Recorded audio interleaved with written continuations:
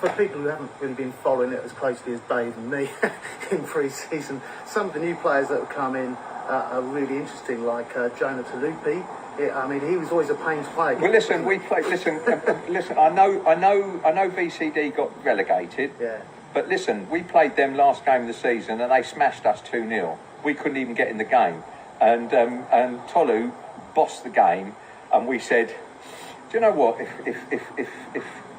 If we need someone to sort of bolster the defence up, then Tolu's the man. And we went, and Kevin went straight. But Kevin basically had already got him on his radar anyway, which was fantastic. Yeah. So there you go. What a surprise that was. Brilliant. And we know all about Tom Carles. It's great. Tom Carles, we've had Tom here before, and yeah. Tom, obviously we know how good he is. He's an excellent, should be a professional footballer. He's great with the boys. He works so hard on the pitch. Yeah. And what I love about him is he's a bad loser. He hates losing, and I love that in a player. Brilliant. Don't have to be you don't have to be dirty or overly aggressive, but you've got to have that desire to win. You know, if you're going to win anything, and Tom's got that.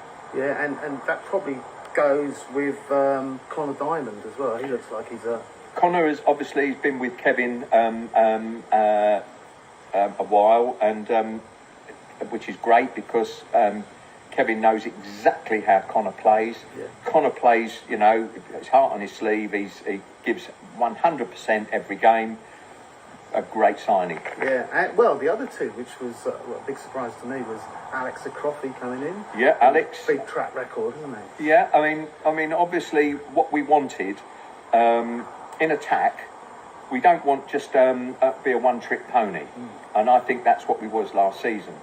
Not taking anything away from anybody that played last season, but I think that we didn't have enough variance up top, and I thought that Danny Parish was a bit wasted most of the time, and we know how good Danny is. We've had him before, he's looked like a new player he's come back this season. We played him like we used to play him 4 years ago, and he's got that spirit again. He's got that life in him, and I'll tell you what, he looks fantastic. Smile on his face. But the thing is, you see, with the options up top now, with Dan and obviously Alex, we've also today.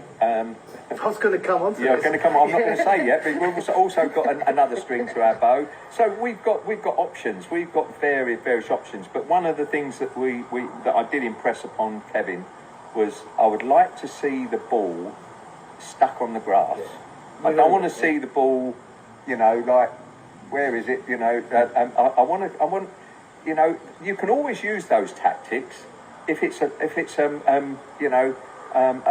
last gasp saloon. But you know, generally, you want to be playing football, entertaining football. Well, you've got the players to do that. I mean, Ian Draycott was another one. Ian Draycott, legend. Ian Draycott.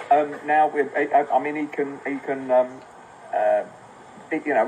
he can impart so much knowledge onto the youngsters and the players. He's been around a long time, scored loads of goals. He still looks really fit. Knows how to score goals, keeps himself super fit.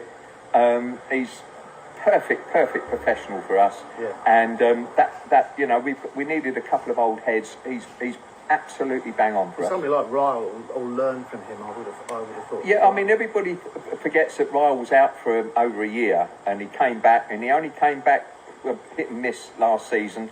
He's come back through pre-season, and I tell you, he's got better and better and better. He's running well. I mean, he's fit. He can only get better because we know how good a footballer he is. We know he's got the credentials. It's just a question of now getting him to blend in, and all of them to blend in together. My personal opinion, pre-season was down at Lid, a very strong Lid, and when we were 2-0 down, I thought we then played the best football we played for a long, long time to come back into that game. Well, the thing is at Lid, obviously, the big one of the big issues that I have with pre-season friendlies is that you play clubs, and clubs, and especially if they're a league or a couple of leagues below you, they play it as though it's their World Cup final. Yeah. And the problem is they don't set out to be aggressive and manic, But sometimes, you know, in the past we picked up some dreadful injuries in pre-season. You know, injuries where the player's been out until February, you know, which is no good to us. So one thing we did set out to the boys at Lyd was no heroics. You know, I would sooner the boys have a run out, no injuries, and lose 5-0 than go go all out and come off with 2 broken legs, 3 red cards and whatever. And there's always red cards at Lyd, always, isn't there?